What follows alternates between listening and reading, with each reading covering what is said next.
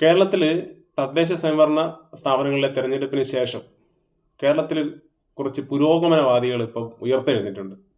അത് ഇതിനു മുമ്പുള്ള തെരഞ്ഞെടുപ്പിനേക്കാൾ ഉപരി ഒരു 10-50% ഇരട്ടിയിൽ എന്താണെന്ന് അറിയില്ല. അതിന്റെ കാരണം നമുക്ക് പരിശോധിച്ചിട്ട് മനസ്സിലാവുന്നില്ല. അതായത് കേരളത്തിൽ ഇന്ന് വരെ രാഷ്ട്രീയ പ്രവർത്തനത്തിന്റെ ഒരു മേഖല പരിശോധിച്ച് കഴിഞ്ഞാൽ നിങ്ങൾക്ക് തന്നെ അറിയാം, വർഗീയപരമായിട്ട് തന്നെയാണ് ഇവിടെ ഇലക്ഷനും മറ്റും നടന്നിട്ടുള്ളത്. വികസന പ്രവർത്തനങ്ങളായാലും ഇവിടെ ഭൂമിയെ വീതം വയ്ക്കുന്നതിന്റെ അടിസ്ഥാനത്തിലായാലും തന്നെ തികച്ചും വർഗീയപരമായിട്ടുള്ള നിലപാടുകളും ഭരണപരമായിട്ടുള്ള കാര്യങ്ങളൊക്കെ തന്നെയാണ് ഇവിടെ കേരളത്തിൽ നടന്നുകൊണ്ടിരിക്കുന്നത്. പക്ഷെ ഇതൊന്നും ശ്രദ്ധിക്കാതെ ഇപ്പൊ ഈ നടന്ന തദ്ദേശ സ്വയംഭരണ തെരഞ്ഞെടുപ്പുമായിട്ട് ബന്ധപ്പെട്ട് ചിലർ ഉന്നയിക്കുന്ന വാദങ്ങൾ എന്ന് പറയുന്നത്, അതായത് പട്ടികജാതിക്കാർ ജാതി പറഞ്ഞുകൊണ്ട് വോട്ട് പിടിക്കുന്ന ഒരു സമീപനം ഇപ്പോൾ ഉയർന്നു വരുന്നുണ്ട് എന്ന് പറയുന്നുണ്ട്. അപ്പൊ എനിക്ക് ചോദിക്കാനുള്ളത്, ഇവിടുത്തെ മുസ്ലിം സമൂഹം ഇവിടെ മതം അല്ലെങ്കിൽ ആ മതത്തിനുള്ളിൽ നിന്നുകൊണ്ടുള്ള രാഷ്ട്രീയം പറഞ്ഞുകൊണ്ട് തന്നെയല്ലേ ഇവിടുത്തെ രാഷ്ട്രീയ പ്രവർത്തനം നടത്തുന്നത്? അതിന്റെ മുൻപന്തിയിൽ നിൽക്കുന്നത് കോൺഗ്രസ് ആണ്. അതുപോലെ തന്നെ ജാതിയുടെ കൃത്യമായിട്ടുള്ള ഇടപെടൽ നടത്തുന്ന NSSന്റെ ഏറ്റവും കൂടുതൽ സമീപനം നടന്നിട്ടുള്ളത് കോൺഗ്രസിനുള്ളിൽ തന്നെയാണ്. അപ്പൊ NSS പോലെ, മുസ്ലിം ലീഗ് പോലെ, ഇപ്പൊ കോട്ടയത്തോട്ട് ചെന്ന് കഴിഞ്ഞാൽ അവിടെയുള്ള ക്രിസ്ത്യൻ നേതാക്കളൊക്കെ തന്നെ കൃത്യമായിട്ടും ആ മതത്തിനുള്ളിൽ നിന്ന് തന്നെയാണ് ഓരോ നേതാക്കളും വളർന്നു വരുന്നത്. PC ജോർജ് ഇപ്പൊ അദ്ദേഹം സംഘപരിവാറിനുള്ളിൽ പോയി. അത് ഇപ്പം കോൺഗ്രസിൽ നിന്ന് പുറത്തായതിനു ശേഷമാണ് അദ്ദേഹം സംഘപരിവാറിലേക്ക് പോകുന്നത്. ഉമ്മൻചാണ്ടി, അങ്ങനെയുള്ള നിരവധി, ഇപ്പൊ ജോസ് കെ മാണി, അല്ലെങ്കിൽ കെ എം മാണി പോലും ആ ഒരു മേഖലയിൽ നിന്ന് തന്നെയാണ് രാഷ്ട്രീയ പ്രവർത്തനങ്ങളൊക്കെ നടത്തിയിട്ടുള്ളത്. അപ്പൊ ഇങ്ങനെയുള്ള വസ്തുതകളൊക്കെ ഇവിടെ കേരളത്തിൽ നിലനിൽക്കെ കേരളത്തിലെ മിക്ക ഇടങ്ങളിലും ദലിത് വിഭാഗത്തിൽ നിന്ന് സ്വതന്ത്ര സ്ഥാനാർത്ഥിയായിട്ട് വളരെയധികം വാർഡുകളിൽ മത്സരിച്ചിട്ടുണ്ട്. അതുപോലെ തന്നെ DHRMന്റെ സ്ഥാനാർത്ഥികൾ വന്നിട്ടുണ്ട്. BSP പലയിടങ്ങളിൽ വിജയിച്ചിട്ടുണ്ട്. ഇപ്പൊ ഇതിന്റെയൊക്കെ അടിസ്ഥാനത്തിൽ ഇപ്പൊ ഈ കെട്ടിയെഴുന്നള്ളിക്കുന്ന പുരോഗമനവാദം പറയുന്നത്, അത് രാഷ്ട്രീയത്തിന്റെ ABCD പോലും അറിയാത്ത ഇത്തിൽ കണ്ണികളാണ് ഈ രീതിയിലുള്ള വാദങ്ങൾ ഉന്നയിക്കുന്നത്. ഇപ്പൊ എൻ്റെ നാട് കൊല്ലം ജില്ലയാണ്. അപ്പൊ കൊല്ലം ജില്ലയിൽ നെടുമ്പന പഞ്ചായത്തിൽ ഞാൻ നേരിട്ട് എൻ്റെ നാട്ടിൽ നടന്നിട്ടുള്ള ഒരു രാഷ്ട്രീയ പോസ്റ്റ് തന്നെയാണ്. ഞാൻ അതിന്റെ പേരുകളോ കാര്യങ്ങളോ ഒന്നും ഞാൻ പറയുന്നില്ല. കാരണം ആ വ്യക്തിക്ക് ചിലപ്പോൾ അതൊരു ബുദ്ധിമുട്ടായി തോന്നും. കാരണം അയാൾ തന്നെ എന്നെ കൊണ്ട് പറയിപ്പിച്ച് ചെയ്യിക്കുന്നു എന്നുള്ളൊരു പ്രശ്നം വരുമല്ലോ. അപ്പൊ ഞാൻ പേരും പറയുന്നില്ല, ഇത് എവിടെയാണ് പോസ്റ്റ് കിടക്കുന്നതെന്ന് ഞാൻ പറയുന്നില്ല. ഞാൻ കൃത്യമായിട്ട് ആ പോസ്റ്റിന്റെ അടിസ്ഥാനത്തിൽ ഞാൻ നിങ്ങളുമായിട്ട് ഇതൊന്ന് ഷെയർ ചെയ്യാനാണ് തീരുമാനിക്കുന്നത്. അപ്പൊ അവിടെ വാർഡ് സത്യത്തിൽ മുസ്ലിം, അതുപോലെ ദലിത് മുസ്ലിം നല്ല രീതിയിലൊരു പോപ്പുലേഷൻ ഉള്ള സ്ഥലമാണ് ആ വാർഡ്. അപ്പൊ കാലാകാലങ്ങളായിട്ട് ആ കോൺഗ്രസ് എന്ന് പറയുന്ന രാഷ്ട്രീയ പാർട്ടിക്കുള്ളിൽ ഒന്നുകിൽ നായർ സമുദായത്തിൽ നിന്ന് അവിടെ വാർഡിൽ നിന്ന് മത്സരിക്കാറുണ്ട്, ക്രിസ്ത്യൻ വിഭാഗത്തിൽ നിന്ന് മത്സരിക്കാറുണ്ട്, അതുപോലെ മുസ്ലിം വിഭാഗത്തിൽ നിന്ന് മത്സരിക്കാറുണ്ട്. അപ്പൊ ഈ സ്ഥാനാർത്ഥികളെയൊക്കെ തെരഞ്ഞെടുക്കുന്ന സമയത്ത് ഫസ്റ്റിലെ തന്നെ പാർട്ടി നേതൃത്വം ഈ വ്യക്തികളെ തീരുമാനിക്കുകയാണ് ചെയ്യുന്നത്. അപ്പൊ ഈ ദലിത് സമൂഹത്തിന് പുറത്തുള്ള വ്യക്തികളെ തീരുമാനിക്കുന്ന സമയത്ത് ദലിത് വിഭാഗത്തിൽ നിന്നുള്ള ആരും തന്നെ അതിനെ എതിർക്കുകയോ ഒരു ദലിത് സമൂഹത്തിൽ നിന്ന് ഒരു സ്ഥാനാർത്ഥി വേണമെന്നോ ആരും തന്നെ പറഞ്ഞിട്ടില്ല. പക്ഷെ ഈ കഴിഞ്ഞ തെരഞ്ഞെടുപ്പിന് സംഭവിച്ചിട്ടുള്ള കാര്യം എന്ന് പറഞ്ഞാൽ, കാലങ്ങളായി ഈ രീതിയിൽ തെരഞ്ഞെടുപ്പ് നിങ്ങൾ UDF കോൺഗ്രസ് അഭിമുഖീകരിക്കുമ്പോൾ എന്തുകൊണ്ട് ഈ പ്രാവശ്യം ദലിത് സമൂഹത്തിൽ നിന്നൊരാളെ എന്തുകൊണ്ട് നിങ്ങൾ സ്ഥാനാർത്ഥിയായിട്ട് നിർത്തുന്നില്ല? അത് മാത്രമല്ല, ആ നാട് ആഗ്രഹിക്കുന്ന ഒരു സ്ഥാനാർത്ഥിയാണ് ഈ ദലിത് വിഭാഗത്തിൽ നിന്നുള്ള ആൾക്കാർ പാർട്ടിയുടെ ആ ഒരു കമ്മിറ്റിയിൽ സംസാരിക്കുന്നത്. അവർ നിന്ന് വിജയിക്കും, ഉറപ്പ് തന്നെയാണ്. പക്ഷേ ഫസ്റ്റിലെ പാർട്ടി തന്നെ അവിടെ ഒരു തീരുമാനമെടുക്കുന്നത് മുസ്ലിം വിഭാഗത്തിൽ നിന്നുള്ള ഒരാളെ അവിടെ ഫസ്റ്റിലെ തീരുമാനിക്കുകയാണ് ചെയ്യുന്നത്. അപ്പൊ ഇവിടെ സംഭവിക്കുന്നത് പറഞ്ഞു കഴിഞ്ഞാൽ, മിക്ക രാഷ്ട്രീയ പാർട്ടികളുടെയും തീരുമാനങ്ങൾ ആദ്യം ദലിത് വിഭാഗത്തിന് പുറത്തുള്ള വ്യക്തികളായിരിക്കും. അപ്പോൾ പാർട്ടി എടുക്കുമ്പോൾ ആ തീരുമാനത്തിൽ ബദലായിട്ട് ആരാണോ സംസാരിക്കുന്നത് അവരെ തീർത്തും വർഗീയവാദികളായിട്ട് ചിത്രീകരിക്കാൻ സാധിക്കും. ഈ വാർഡിൽ ഒരു മുസ്ലിം വിഭാഗത്തിൽപ്പെട്ട ഒരാളെ എടുക്കുമ്പോൾ നമുക്ക് ആർക്കും തന്നെ ആ വ്യക്തിയോട് എതിർപ്പോ അല്ലെങ്കിൽ കോൺഗ്രസ് പാർട്ടിക്ക് ഉള്ളിലുള്ള എന്തെങ്കിലും ഭിന്നതയോ കാര്യങ്ങളോ ഒന്നും അവിടെ ഇല്ല. ആ സമയം, ആ റിസൾട്ട്, ആ ഒരു കമ്മിറ്റി തീരുമാനിക്കുന്ന സമയത്ത് ആർക്കും ആ പാർട്ടി കമ്മിറ്റിക്കുള്ളിൽ യാതൊരുവിധ വിഭാഗീയതയോ തർക്കമോ ഒന്നുമില്ല. അപ്പൊ ഈ ഒരു ആവശ്യം ഉന്നയിക്കുന്ന സമയത്താണ് പാർട്ടി മനസ്സിലാക്കുന്നത്, അല്ലെങ്കിൽ പാർട്ടി തീരുമാനം എടുക്കുന്നത്, ആരൊക്കെയാണോ ഈ ആവശ്യം ഉന്നയിച്ചത് അവരെ ഒരു തീവ്രവാദി അല്ലെങ്കിൽ വർഗീയവാദി, ജാതിവാദി ഈ രീതിയിൽ ചിത്രീകരിക്കുന്നു. അതാണ് ഇപ്പോൾ അവിടെ നടന്നിരിക്കുന്നത്. അപ്പോൾ എൻ്റെ സുഹൃത്താണ്, ഞാൻ എൻ്റെ ചെറുപ്പം മുതലേ കാണുന്ന വ്യക്തികളിൽ ഒരാളാണ്. അതിൽ നല്ലൊരു അവിടെ ഏകദേശം ആ കോൺഗ്രസ് പാർട്ടി മുന്നോട്ട് പോകുന്നതിലൊക്കെ വളരെയധികം നിർണായക പങ്ക് വെച്ചിട്ടുള്ള വ്യക്തികളാണ്. KPMS പ്രവർത്തിക്കുന്ന ഒരാൾ തന്നെയാണ്. അപ്പൊ KPMSൽ നിൽക്കുന്ന ഒരാളാണ് ഇത്രയും നാള് ആ പാർട്ടിക്ക് വേണ്ടി പ്രവർത്തനങ്ങളും കാര്യങ്ങളൊക്കെ ചെയ്ത് മുന്നോട്ട് പോയിക്കൊണ്ടിരുന്നത്. അപ്പോൾ ആ സമയത്തൊന്നും ഇവർക്ക് ജാതിവാദി എന്ന് പറയാൻ ഒരു സമയത്ത് പോലും പറഞ്ഞിട്ടില്ല.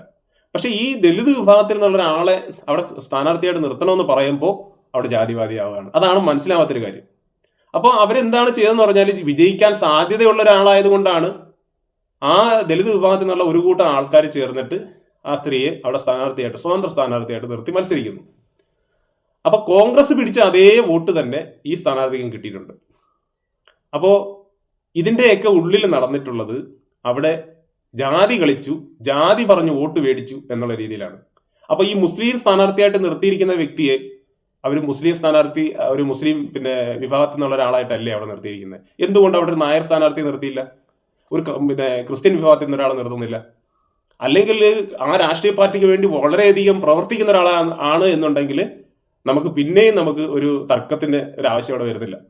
ഇങ്ങനെയാണ് ഈ ദലിത് വിഭാഗത്തിൽപ്പെട്ട ആൾക്കാരെ മുഴുവൻ ജാതിവാദിയും വർഗീയവാദിയും ആക്കി തീർക്കുന്നത്. ആദ്യം ഇവരെ ഒരു പാർട്ടി സ്ഥാനാർത്ഥിയെ കൊണ്ടുവരും. അതൊരിക്കലും ഒരു വാർഡിലും ഒരു നിയോജക മണ്ഡലങ്ങളിലും അവിടുത്തെ സ്ഥാനാർത്ഥി നിർണയത്തിന്റെ പേരിൽ ആദ്യം ഒരു ദലിത് വിഭാഗത്തിൽ നിന്നുള്ള ഒരാളെ ചേർക്കുന്നുണ്ടെങ്കിൽ തന്നെ മൈന്യൂട്ടായിട്ടുള്ള കാര്യം ചില ഇടങ്ങളിൽ മാത്രമായിരിക്കും. അപ്പൊ ഫസ്റ്റിലെ എടുക്കുന്ന തീരുമാനത്തിന് ബദലായിട്ട് ആരാണോ സംസാരിക്കുക അവരെ വർഗീയവാദി, തീവ്രവാദി, ജാതിവാദി ആക്കി തീർക്കുകയാണ് കേരളത്തിലുള്ള എല്ലാ രാഷ്ട്രീയ പാർട്ടികളും ചെയ്തുകൊണ്ടിരിക്കുന്നത്. ഇതിന്റെ സത്യം നിങ്ങൾ മനസ്സിലാക്കണം. ഇവിടുത്തെ കുഞ്ഞാലിക്കുട്ടി ഒരിക്കലും ഒരു വർഗീയവാദിയല്ല. ഇവിടുത്തെ പിണറായി വിജയൻ, അദ്ദേഹവും ഇവിടുത്തെ ഈഴവരുടെ ഒരു പോപ്പുലേഷന്റെ ഒരു കണക്കനുസരിച്ച് തന്നെയാണ് പിണറായി വിജയൻ ഇവിടെ വളർന്നു നിൽക്കുന്നത്. VS അച്യുതാനന്ദൻ ഈഴവരുടെ അടിസ്ഥാനത്തിൽ തന്നെയാണ് നിൽക്കുന്നത്. അതൊന്നും ഇവർക്ക് യാതൊരുവിധ ബുദ്ധിമുട്ടുമില്ല. പക്ഷേ ദലിത് വിഭാഗത്തിന്റെ ആ സമൂഹത്തിന് അനുഭവിച്ചു കൊണ്ടിരിക്കുന്ന കഷ്ടതകളും ദലിത് പീഡനങ്ങളായാലും യാതൊരുവിധ പ്രയോജനവും ഇല്ല, അവരുടെ സമൂഹത്തിന് മറ്റ് ഗത്യന്തരമില്ലാതെ ഒരു സ്ഥാനാർത്ഥിയെ അവിടെ നിർത്തുമ്പോൾ അത് വർഗീയവാദിയായി മാറുന്ന ഒരു കാഴ്ചയാണ് നമ്മൾ കണ്ടുകൊണ്ടിരിക്കുന്നത്. അപ്പൊ ഈ പോസ്റ്റ് കണ്ട് ഞാൻ അതിനകത്ത് ഓരോ കമന്റും വായിക്കുമ്പോഴും ആ കമന്റ് ഇടുന്ന ആളുടെ പ്രൊഫൈൽ കയറി ചെക്ക് ചെയ്യുന്നുണ്ട്. അപ്പൊ അതിനകത്ത് CPIയുടെ കൂടെ നിന്ന് പ്രവർത്തിക്കുന്ന ആള് കോൺഗ്രസിന് വേണ്ടി സംസാരിക്കുന്നുണ്ട്. അതുപോലെ തന്നെ BJP നിന്ന് പ്രവർത്തിക്കുന്ന ആൾക്കാർ ഈ വ്യക്തിക്കെതിരെ അഭിപ്രായം പറയുന്നുണ്ട്. ഇതെല്ലാം അതായത് LDF, UDF, BJP ഈ 3 രാഷ്ട്രീയ പാർട്ടികളിലുള്ള വ്യക്തികൾ ചേർന്ന് ഈ ദലിത് വിഭാഗത്തിൽപ്പെട്ട ഈ പയ്യനെ വായി തോന്നുന്നതങ്ങ് പറയാം. അതായത് നീ ജാതി പറഞ്ഞില്ലടാ വോട്ട് പിടിച്ചത്, നീ ഇങ്ങനെ പോവുകയാണെന്ന് നീ എങ്ങനെ ആൾക്കാരുമായിട്ട് സഹകരിക്കും, നിങ്ങൾ ആൾക്കാരെ ഇനി ഏത് രീതിയിലാണ് കാണുക, അത് രാഷ്ട്രീയ ഭേദമന്യേ മുസ്ലിം അല്ലെങ്കിൽ ഈഴവ സമുദായത്തിൽപ്പെട്ട നായർ വിഭാഗത്തിൽപ്പെട്ടവരൊക്കെ തന്നെ. അതിൽ ചില നായർ വിഭാഗത്തിൽപ്പെട്ട ആളുടെ പ്രൊഫൈൽ പരിശോധിച്ച് കഴിഞ്ഞാൽ, CPIയിൽ നിൽക്കുന്ന നായർ വിഭാഗത്തിൽപ്പെട്ട ആൾക്കാരുടെ പ്രൊഫൈൽ പരിശോധിച്ച് കഴിഞ്ഞാൽ നമുക്കെല്ലാവർക്കും അറിയാം CPI കൃത്യമായിട്ട് ഇവിടെ സംഘപരിവാരത്തിനെതിരെ, RSSനെതിരെ സംസാരിക്കുന്ന വ്യക്തിയാണെന്നാണ് പൊതുവെ പറഞ്ഞു വയ്ക്കുന്നത്. പക്ഷെ ആ ചില വ്യക്തികളുടെ പ്രൊഫൈൽ കയറി നോക്കിക്കഴിഞ്ഞാൽ മൊത്തവും ശ്രീരാമനും ശ്രീകൃഷ്ണനും ഹനുമാനൊക്കെയാണ്. CPIയുടെ ഉള്ളിൽ നിന്ന് പ്രവർത്തിക്കുന്ന വ്യക്തികളുടെ ഉള്ളിൽ ഉള്ള പോസ്റ്റുകളൊക്കെ, സംഘപരിവാറിനെതിരെ ഒരു പോസ്റ്റ് ഇല്ല, മോദിക്കെതിരെ ഒരു പോസ്റ്റ് ഇല്ല. അപ്പൊ ഇങ്ങനെയുള്ള കപട പുരോഗമനവാദികളാണ് ഈ പയ്യനെ, ഈ KPMSൽ പ്രവർത്തിക്കുന്ന ഈ പയ്യന്മാരെയൊക്കെ വന്ന് രാഷ്ട്രീയം പഠിപ്പിക്കുന്നത്. അപ്പോൾ ഞാൻ ഈ പോസ്റ്റ് കണ്ടതിന്റെ അടിസ്ഥാനത്തിൽ ഈ പയ്യനെ ഞാൻ വിളിച്ചു. അപ്പോൾ പയ്യൻ പറയുന്നത് അവിടെ വളരെ വലിയ രീതിയിൽ തർക്കങ്ങൾ വരുന്നുണ്ട്, എന്നെ വളരെയധികം വിഷമിപ്പിക്കുന്ന രീതിയിൽ അവിടെയുള്ള കോൺഗ്രസ്സുകാർ സംസാരിക്കുന്നുണ്ട്. കോൺഗ്രസ് മാത്രമല്ല, പറഞ്ഞ BJPക്കാരായാലും കമ്മ്യൂണിസ്റ്റ് നിൽക്കുന്നവരൊക്കെ തന്നെ ഈ പയ്യനെ ജാതിവാദി എന്ന് വിളിച്ച് കളിയാക്കുന്നുണ്ടെന്നാണ് പറയുന്നത്. അപ്പൊ ഒന്ന് ആലോചിച്ച് നോക്കി, അതിൽ വന്നൊരു കമന്റാണിത്. ഒരു മുസ്ലിം വിഭാഗത്തിൽപ്പെട്ട ഒരാള് അതിൽ കമന്റ് ഇട്ട ഒരാളെ വിളിക്കുന്നത് ജാതിവാദി, അതായത് ജാതി തീവ്രവാദി, അല്ലെങ്കിൽ എന്തോ KDP DHRM തീവ്രവാദി പാർട്ടിയല്ലേ, തീവ്രവാദി സംഘടനയല്ലേ എന്നാണ് പറയുന്നത്. അതായത് കോൺഗ്രസിന് അപ്പൊ അവിടുത്തെ ആ കമ്മിറ്റിയിലുള്ള ഒരാളാണത്. ഈ പയ്യനെ ജാതിവാദി എന്ന് വിളിക്കുന്ന ഒരു പയ്യനാണ് ഈ ഒരു കമന്റ് കൂടി ഇട്ടിരിക്കുന്നത്. എന്താണ്? DHRM KDP ഒക്കെ തീവ്രവാദമാണ്. അവരും മനസ്സിലാക്കുന്നില്ല DHRMന്റെ കൂടെ പ്രവർത്തിക്കുന്ന കോൺഗ്രസ് നേതാക്കൾ ഉണ്ടെന്നുള്ളത്. കൊല്ലം ജില്ലാ കമ്മിറ്റിയിലുണ്ട്. അതുപോലെ തന്നെ പാർട്ടി സമ്മേളന വേദികളിലൊക്കെ അവർ ഒരുമിച്ച് പോകുന്നുണ്ട്. ഇപ്പൊ കൊല്ലം സജി എന്ന് പറയുന്ന ഒരു വ്യക്തിയായിട്ട് കോൺഗ്രസിലെ എത്രയോ ആൾക്കാർ ബന്ധമുണ്ട്. അപ്പൊ ഇതൊന്നും മനസ്സിലാക്കാതെ ഇപ്പൊ ബന്ധമുള്ള ആൾക്കാർ നോക്കി പിന്നെ തീവ്രവാദിയാവണ്ടേ? അപ്പൊ കോൺഗ്രസിലെ വലിയ വലിയ നേതാക്കളെ പോലും തീവ്രവാദി എന്നാണ് വിളിക്കുന്നത്. ഇപ്പൊ DHRM തീവ്രവാദി സംഘടനയാണെന്നുണ്ടെങ്കിൽ കോൺഗ്രസ് എന്തിനാണ് അവരോട്ട് ഇടപെടുന്നത്? അപ്പൊ ഇത് ഒരു ബോധമില്ലാതെ കുറെ മണ്ടന്മാര് ഈ പയ്യനെ അങ്ങ് ആക്ഷേപിക്കുകയാണ്. അപ്പൊ ഞാൻ ഇപ്പൊ നേരിട്ട് ഇപ്പൊ കുറെ ഇതിനകത്ത് കമന്റുകളുണ്ട് ഇതിനകത്ത്. ഞാൻ വായിക്കുന്നില്ല, പോസ്റ്റ് എനിക്ക് ഇടണമെന്നുണ്ട്, പക്ഷെ ആ പയ്യൻ അതൊരു ബുദ്ധിമുട്ടാവും. ഞാൻ നേരിട്ട് കണ്ടതിന്റെ ഇപ്പൊ എന്റെ ലിസ്റ്റിലുള്ള ഫ്രണ്ട് ലിസ്റ്റിലുള്ള പയ്യനാണ്, അതുകൊണ്ടാണ് ഞാൻ ഈ പോസ്റ്റ് കാണുന്നത്. അതേ കണക്ക് തന്നെ സംഘപരിവാറിന് പ്രവർത്തിക്കുന്ന CPM-കാരും CPI-ക്കാരും ഇതിനകത്ത് ഈ പയ്യനെ ജാതിവാദി എന്നാണ് വിളിക്കുന്നത്. എന്നിട്ട് എനിക്ക് അറിയാൻ പറ്റുന്നത് KPMS പ്രവർത്തിക്കുന്ന സമയത്തൊന്നും ഇവൻ ജാതിവാദിയല്ല. അതെന്താണെന്ന് എനിക്ക് മനസ്സിലാവാത്തത്. പക്ഷെ ജാതിക്ക് അതീതമായിട്ട് ഒരു ഇലക്ഷനെ അഭിമുഖീകരിച്ചപ്പോഴത്തേക്കും ഇവൻ ജാതിവാദിയായി. അതിലാണ് എനിക്ക് തമാശ വരുന്നത്. അപ്പൊ കാര്യങ്ങൾ ഏതാണ്ട് ബോധ്യമായെന്ന് വിചാരിക്കുന്നത് നിങ്ങൾക്ക്. അതായത് ജാതിയിൽ മാത്രം ഇങ്ങനെ കെട്ടിപ്പിടിച്ച് നടന്നോ നിങ്ങൾ ഏറ്റവും വലിയ ശ്രേഷ്ഠരാണ്. പക്ഷെ രാഷ്ട്രീയപരമായിട്ട് ഒരു ദലിത് എന്ന് പറയുന്ന ഒരു കോൺസെപ്റ്റിൽ നിങ്ങൾ ഇറങ്ങിത്തിരിക്കുന്നോ അപ്പൊ നിങ്ങൾ ജാതിവാദിയായി മാറും. ചുരുക്കി പറഞ്ഞു കഴിഞ്ഞാൽ LDF, UDF, BJP ഈ ഏത് മേഖലയിൽ പട്ടികജാതി സമൂഹം പ്രവർത്തിച്ചു കഴിഞ്ഞാൽ അവരുടെ ഇംഗിതത്തിനനുസരിച്ച് അവർ പറയുന്ന തീരുമാനത്തിനനുസരിച്ച് നിന്നുകൊള്ളുക, നിലപാടിൽ വിശ്വസിക്കുക, ഇതാണ് അവർ ഉദ്ദേശിക്കുന്നത്.